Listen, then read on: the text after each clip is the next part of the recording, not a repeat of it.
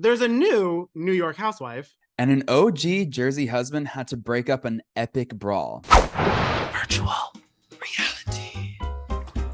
Hi, I'm Danny. And I'm Evan. And Evan, a new housewife has been revealed this week. I'm pretty sure it's like confirmed happening for New York, and changes are going full swing there. I'm nervous. Oh my God, yes. And this girl, Lizzie Savetsky, she is ushering in this new era of the Real Housewives of New York City. And the Bravo fandom has some mixed feelings about her being the girl to do it. Apparently, she's an influencer. She's That's from my thing. Texas.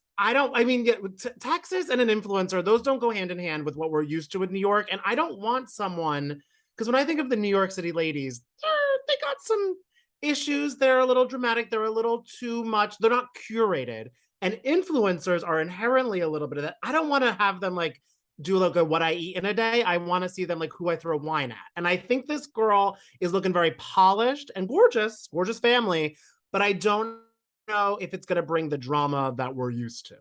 Totally. But I guess the thing that I also thought about with this is that they're looking to reboot the show with younger women. And so if they're looking at women in their 30s, early 40s in this day and age, it's kind of going to be hard to find girls who aren't influencers. Everyone's an influencer now. And if you're on Bravo's radar, most likely you have a big social following. So I think there is a fear that the Real Housewives of New York City is going to be the real influencers of New York City, which I think, to your point, we just want to see these girls fight and throw wine. But then also I'm thinking, like, if Ramona was like 30 years younger, like, Ooh. maybe she would have had an Instagram following coming in to the Real Housewives of New York City, but it was 2008 and Instagram wasn't thing is, a Ramona, thing yet. like her teeth would have been whitened, but she would have gotten the lips too. You know what I mean? She would have been just like a not good influencer versus these people that are like getting on the radar. And it's also like New York influencers are taking over so much. Like every restaurant gets them, everything like that. And now our shows,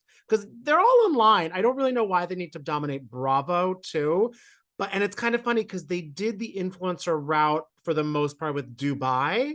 And there are some fun ladies in there. So there could be a chance for that. But like what we're seeing in Dubai, I think that's going to take them a season to realize, oh, I need to be messy instead of like, oh, I just need to look great. So, and I think that Lizzie is a girl who has probably done her homework because she is friendly with a lot of Real Housewives, past and present. I know that she's close with Dr. Tiffany Moon from Dallas. And Lizzie being from Dallas, or being from Texas, sorry, Fort Worth, Texas, word on the street is that she has already tested as a Real Housewife, but for Dallas before it was eventually canceled. So she kind of like knows what she's doing, I think. And I feel like maybe like Bravo just fell in love with her so much in Texas. They were like, will you just move to New York City so we can get you on the reboot? It's such a mess. But I mean, while New York is still kind of all in flux, the one thing that is always a staple and constant is that the drama in New Jersey does not stop. And somehow Frank Catania always spills the beans, I guess we can say, about everything that's going down. I mean, he is just the king of the Garden State, in my opinion. He is always down to chat, and we just spoke with him all about his new relationship with that gorgeous blonde bombshell, Brittany. Yeah, very cute. Love the energy that they have together. You can tell that he's just so in love. But apart from the butterflies of it all, he also chatted with us about that big brawl that upended the relationship between Teresa Giudice and the Gorgas. And he said that it got so bad that he had to step in and intervene and use those big muscles to mediate, which is like a total... There had to be people in between the women. There had to be people in between the men. When you say people, do you mean like showrunners, like people who aren't typically on camera? Let's put cast members as well as security. He was just mediating in between. Mediating. Yeah. Yes, exactly. And I could see him like with his hand on Joe Gorga's little face, and then like Joe Gorga's like Popeye running really fast, and it's just not going well. Thank God he is so large that he could divide and conquer. Oh my God, totally. He was the perfect man for the job. And apparently this brawl happened at Paulie's house, and obviously Paulie is Dolores's new boyfriend, and he said that it was a wonderful party until all hell broke loose. But I was also interested in what Frank told us about his dynamic with Paulie, because he said that his close relationship with Dolores and his close relationship with Dolores's ex, David, has kind of made the relationship with Pauly difficult to navigate. But he said that things are getting better. And he had a lot of sweet things to say about the party that Okay. Pauly threw. The good theme. Yeah, there was a theme that lasted 2 minutes before the fight. So we're, making headway after comparing Pauly to Buzz Lightyear, which we know Dolores did not like. Patterson Dolores jumped out when Buzz Lightyear came up. I would also say if you cheat on your wife, you can't like nitpick who she dates after. Yeah, totally. But Frank, we met his new girlfriend, Brittany, and she just seemed like an absolute doll. And it was so interesting to hear that she has been welcomed by Frank's family, the children, Dolores, all the housewives. Which was interesting because she was on the show a little bit before I really I feel like we like gave her the time of day. You know what I mean? But right. she was there. And apparently she's been around for years. And I'm sure that's why Dolores and the kids do feel comfortable with her. But I guess things took a romantic turn about 3 years ago. And then they finally got serious within the past year.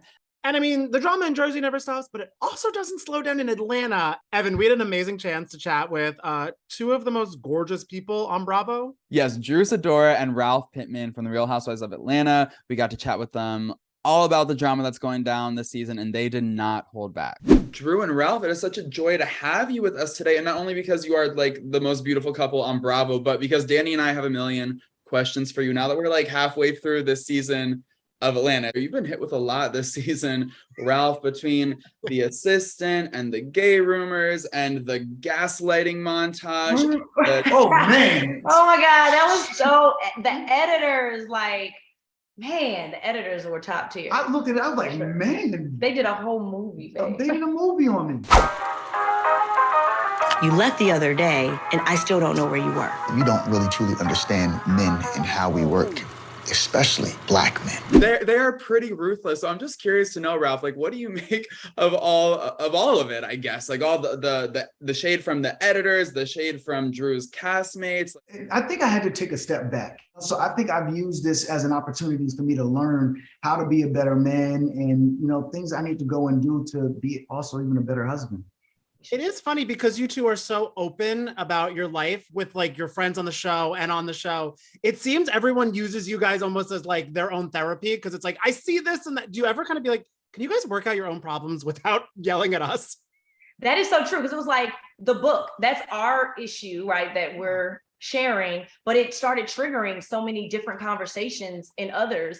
And same with our marital issues. So I think it's healthy, like when you're in friend groups where you guys are able to learn from each other, even though it doesn't look or appear that way. That's kind of how we had to reason with why we were the target for so many things. Sonia and her husband might need to take a step back and work things out because he flips out of the table. And I have not seen like an outburst like that from a house husband in a minute. Hold on, please. I don't rock like that. Don't with my wife. For me, I just felt like, okay, Sonia literally has been attacking me the whole entire time. She attacks whoever, but have you noticed she always has a family member that has to step in for her? So I took it more from like, can Sonia speak? Like, does she have a mind of her own? Can she communicate? Because I feel like even with Sheree or Kenya, we've been able to communicate, use our vocabulary to get through the mud, to get to the other side. And with Sonia, that's not the case. It's always got to be a family member to step in and fight her battles. And I personally don't respect that. It seems that Marlo's entire season, her first one with the peach, has been throwing that peach across boundaries and crossing a lot of lines. Stop trying to play this about me being violent. Because bitch, you look awful as a Black queen. When have you ever been afraid to talk to me one-on-one? Here we go. Marlo's being extremely insensitive. And it just felt like during that whole trip, it was like the target kept moving for Kenya. Like, if Kenya doesn't show up, then it's going to be a problem. So Kenya shows up. All right, now you got to stay in the house. And if you don't stay in the house, then I'm going to call the police, And it was like, okay, Kenya showed up in the morning. Okay, well, now you need to go have a conversation with me one-on-one. Like, come on, Marlo. Like, it's just too controlling. Like, why are you doing this? We want to just get to some activities, which, by the way, we didn't get to do most of them. And then she like sent us all home. And it was like, okay, this was a complete waste of my life that I can't get back. So yeah, I was not feeling Marlo on that trip. Marlo doesn't need to host any more girls trips for us, like ever. How are you and Marlo today? I mean, Marlo, Marlo and I are cool. Like, I feel like I do see Marlo for who she is. And I think when we were in Jamaica, having that really extremely vulnerable conversation put things in perspective for me with Marlo. I don't agree with how she attacks people, but I just feel like Marlo's just not there yet. Like, Marlo's gone through things that I don't understand because I didn't grow up that way. So I try to have a little grace on her for that. But I do feel like Marlo has a lot of work to do and a lot of repairing to do before people can openly trust her and embrace her fully.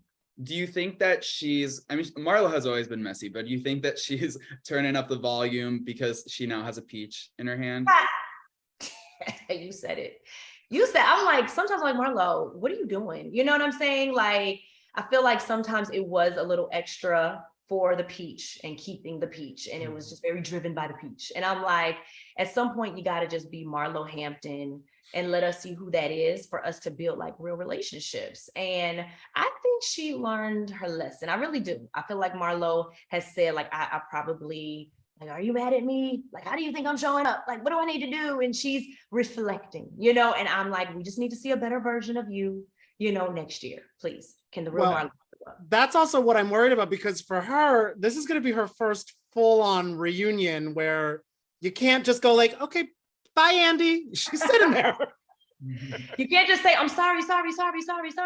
No, Marlo had to, well, she did a lot of apologizing, but at the same time, it's like, is the apology real? Like, sometimes I was like, and I don't know if I can say where I was sitting, but I was just looking at her and I was like, was that even real? Like, I think I said it at one point. I'm like, Marlo, was that real? Like, what's happening? So Marlo, like I said, she has a lot of work to do to just feel comfortable in her own skin, to be vulnerable and be authentic. And if you don't want to apologize, don't apologize, but we don't want to hear no more like open-ended like apologies, because they're starting to not land. So if you could snatch two peaches away and have Cynthia and Portia rejoin the show, who would be losing their peach? Oh, that's so easy. The runner track star, Sanya. She could just go back, you know what I'm saying, back on that track and run a new race, because this is not the one for her. And then I would say Sheree. I mean, I think Sheree, it would be nothing new. Like, Sheree comes for a season and then leaves. So they would just be, you know, kind of keeping in the tradition. All my girls are gone. Like, I'm like, where's Eva? Where's Cynthia? So I would definitely love, for all of them to come back. It would be awesome. It would be awesome. Yeah.